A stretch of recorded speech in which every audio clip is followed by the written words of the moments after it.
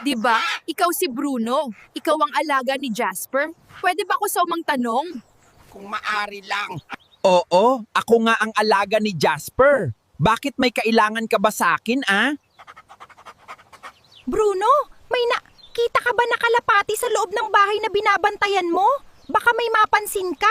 Meron sa akin pinapabantay, kaibigan mo pala si Kidlat. Kawawa nga yun, gusto ko pakawalan. Kaso ako naman ang maparusahan pag ginawang ko yun. Macau, pasok na ko sa loob, narinig ko tawag ni boss. Sabihin ko kay Kidlat na makausap kita.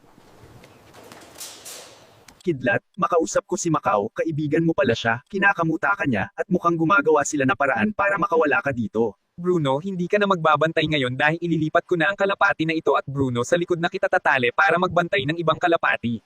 Nako, ililipat na ako sa malayo, baka hindi na ako makita ni Boboy. Tagal lang nilalayo nila sa amo ko.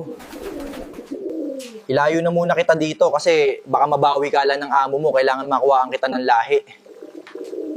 Ikaw na bahala. Dito pre, i-breed mo ang ibon na to para dumi ang lahi, alaagan mo, maayos. Ako na bahala dito, pre. Papadamihin natin to para mas maraming swerte ang dumating sa atin.